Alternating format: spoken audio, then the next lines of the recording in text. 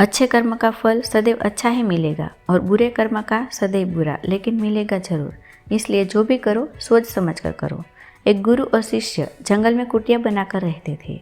गुरु बूढ़े हो चुके थे और उनका शिष्य अभी जवान था। बूढ़े गुरु एक बहुत बड़े ध्यानी व्यक्ति थे। जब वे ध्यान करने बैठते तो दो दो दिनों तक ध्यान ही करते रहते।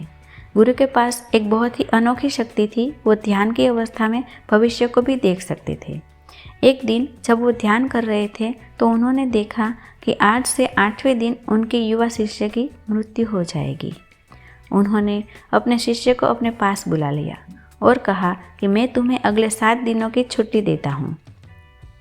तुम इन 7 दिनों के लिए अपने घर रहकर आ सकते हो। शिष्य ने खुशी से पूछा, क्या यह सच है गुरुवर? गुरु ने कहा, हाँ।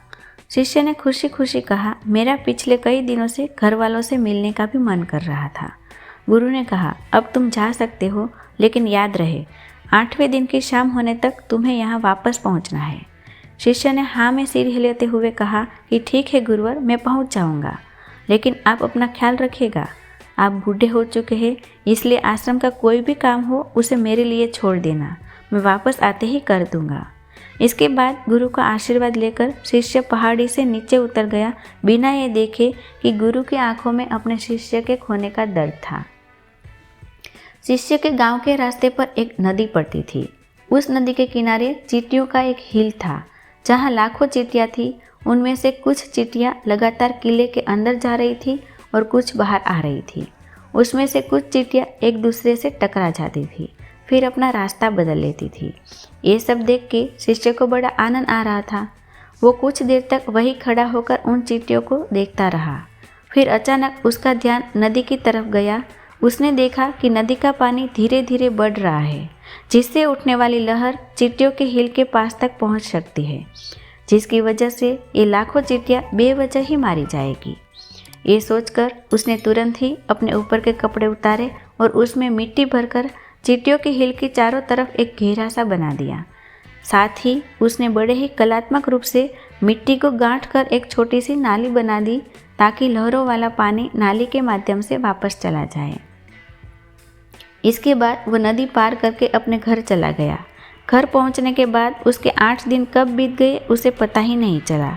8वें दिन उसे याद आया कि आज शाम तो गुरु ने आश्रम वापस लौटने का आदेश दिया था। उसने उस रात ही अगली सुबह आश्रम के लिए निकलने हेतु सारी तैयारियां कर ली थी। सुबह होते ही वो आश्रम की ओर चल पड़ा। उसे उम्मीद थी कि वो शाम होने से पहले आश्रम वापस पहुंच जाएगा। शाम हो चुकी थी।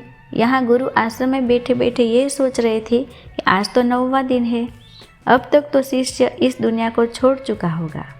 वो इस बात से काफ़ी दुखी थे कि वो मरने से पहले आखिरी बार अपने शिष्य को देख नहीं सके। गुरु बैठे बैठे ये सब सोच रहे थे कि उन्होंने दूर से एक इंसान आता हुआ दिखाई दिया। उन्होंने ध्यान से देखा तो चौंके, अरे ये तो मेरा ही शिष्य है। गुरु ने दौड़कर शिष्य को गले से लगा लिया, लेकिन उस बात से अचंभित थे कि 8 दिन तो बीत जाने के बाद अब तक शिष्य जिंदा कैसे है। गुरु ने शिष्य से कहा कि यहाँ से जाने के बाद तुमने जो कुछ भी किया वो तुम मुझे बताओ। तब शिष्य ने चींटियों वाली कहानी गुरु को सुनाई। कहानी सुनते ही गुरु को ये समझते देर नहीं लगी कि शिष्य ने लाखों चींटियों की जान बचाई थी और इसी कर्म का परिणाम है कि शिष्य को एक लंबा और खुशहाली भरा जीवन प्राप्त हुआ। कहानी सुनने के बाद गुरु के मुंह से अनायास ही निकल गया कि कर्म लौटकर जरूर आता है। शिष्य को गुरु की इस बात का मतलब समझ नहीं आया, लेकिन उसने पूछा भी नहीं और चुपचाप अपने आश्रम के कामों में लग गया। दोस्तों, अगर आप अपने ज़िंदगी में देखें तो खुशी खुशी जीने का सबसे आसान तरीका है कि हम अच्छे कर्म करते रहें। इस कहानी की तरह ये ज़रूरी नहीं है कि अच्छे कर्म हमारी ज़िंदगी को लंबा ही करेंगे, लेकिन इस बात की गारंटी है कि अच्छे कर्म हमारी ज़िंदगी में आने वाले दुख और परेशानियों को कम जरूर करेंगे। कर्मों का एक बहुत ही साधारण सा सिद्धांत है, हम जो कुछ भी करते हैं उनका कई गुना लौटकर हमारे पास ही आता है। फिर वो चाहे अच्छे कर्म हो या बुरे, दोनों ही कई गुना होकर हमारे पास आते हैं। किसी की जान बचाना भी अच्छा कर्म होता है। किसी की छोटी सी मदद करना भी अच्छा कर्म है। किसी निराश इंसान को आशा देना भी अच्छा कर्म है। किसी दुख भरे इंसान को सांत्वना देना भी अच्छा कर्म है। किसी के दुख को कम करवाए तो वो एक अच्छा कर्म है।